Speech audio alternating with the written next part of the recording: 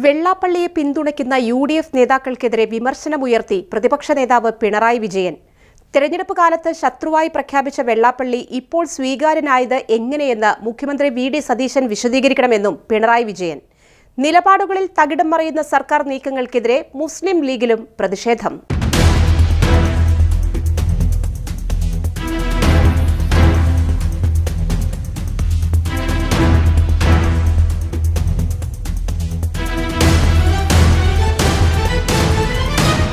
VD. Satheesan സർക്കാരിന്റെ മറ്റൊരു ഇരട്ടത്താപ്പ് കൂടി തുറന്നു കാണിച്ച് പ്രതിപക്ഷ നേതാവ് പിണറായി വിജയൻ.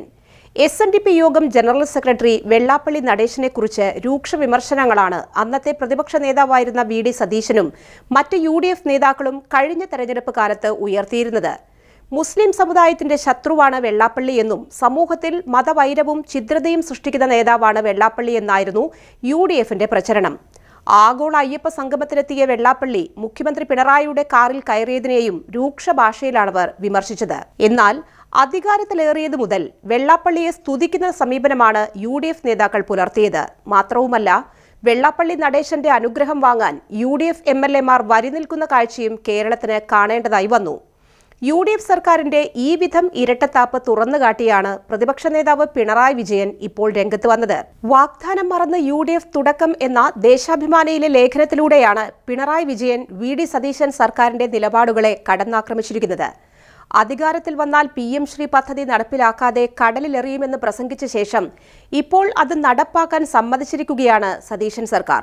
അതിനോടൊപ്പം വെള്ളാപ്പള്ളി വിഷയത്തിൽ നടത്തിയ മലക്കം മറിച്ചിലുകളും ഇപ്പോൾ തുറന്ന ചർച്ചകളായി മാറുകയാണ്. നെഹ്റൂവിയൻ സോഷ്യലിസ്റ്റ് ആണെന്നാണ് മുഖ്യമന്ത്രി വി.ഡി. സതീശൻ അവകാശപ്പെടുന്നത്. എന്നാൽ അതിന് ഘടകവിരുദ്ധമാണ് തീരുമാനമെന്നതിന് ഉദാഹരണമാണ് ധവളപത്രം. വിദ്യാഭ്യാസം, ആരോഗ്യം, ഊർജം എന്നീ അടിസ്ഥാന മേഖലകൾ മുതൽ കരിമണൽ ഖനനവും വിമാനത്താവളങ്ങളും തീരദേശവും തുറമുഖങ്ങളും ഉൾപ്പെടുന്ന തന്ത്രപ്രധാനമായ ഇടങ്ങളെല്ലാം കുത്തകകൾക്ക് തീരെഴുതാനുള്ള നീക്കങ്ങളാണ് ധവളപത്രത്തിലൂടെ മറനീക്കുന്നത്. പൊതുമേഖലാ സ്ഥാപനങ്ങളെ വിറ്റുതുലയ്ക്കാനും പ്രകൃതി സമ്പത്ത് സ്വകാര്യ കമ്പനികൾക്ക് ചൂഷണം ചെയ്യാനും വഴിയൊരുക്കുന്നവരാണോ നെഹ്റൂവിയൻ സോഷ്യലിസ്റ്റുകൾ? പിണറായി വിജയൻ ചോദിച്ചു. എൻ.ഡി.എയുടെ ഭാഗമായ ബി.ഡി.ജെ.എസിന് നേതൃത്വം നൽകുന്ന തുഷാർ വെള്ളാപ്പള്ളി മുഖ്യമന്ത്രിയെ വീട്ടിലെത്തി അഭിവാദ്യമർപ്പിക്കുന്നു. തെരഞ്ഞെടുപ്പ് കാലത്തെ പ്രചരണങ്ങളെല്ലാം തെറ്റായിരുന്നു എന്നാണോ ഇത് വ്യക്തമാക്കുന്നത്? പിണറായി വിജയൻ ചോദിച്ചു. തുടക്കത്തിൽ തന്നെ നിലപാടുകളിൽ നിന്ന് സർക്കാർ പിന്നോട്ടു പോകുന്നുവെന്ന് പിണറായി വിജയൻ കൂട്ടിച്ചേർത്തു.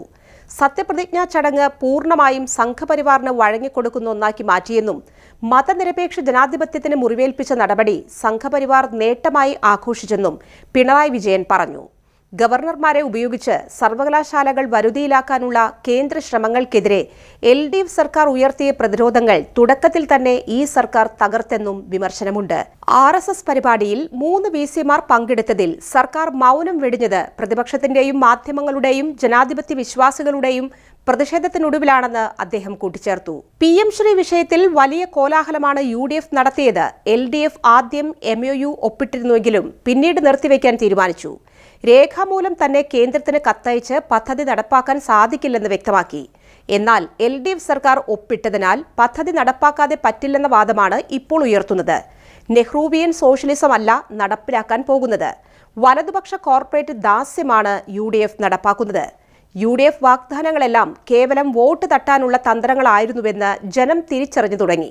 യു.ഡി.എഫ് മുന്നോട്ട് വയ്ക്കുന്ന പുതുയുഗം കേരളം കാത്തുസൂക്ഷിക്കുന്ന മതനിരപേക്ഷ ജനാധിപത്യ പാരമ്പര്യത്തിന് തുരങ്കം വയ്ക്കാനുള്ള മുദ്രാവാക്യം മാത്രമാണെന്ന സൂചനയാണ് കഴിഞ്ഞ ഒരു മാസം വെളിവാക്കുന്നത്.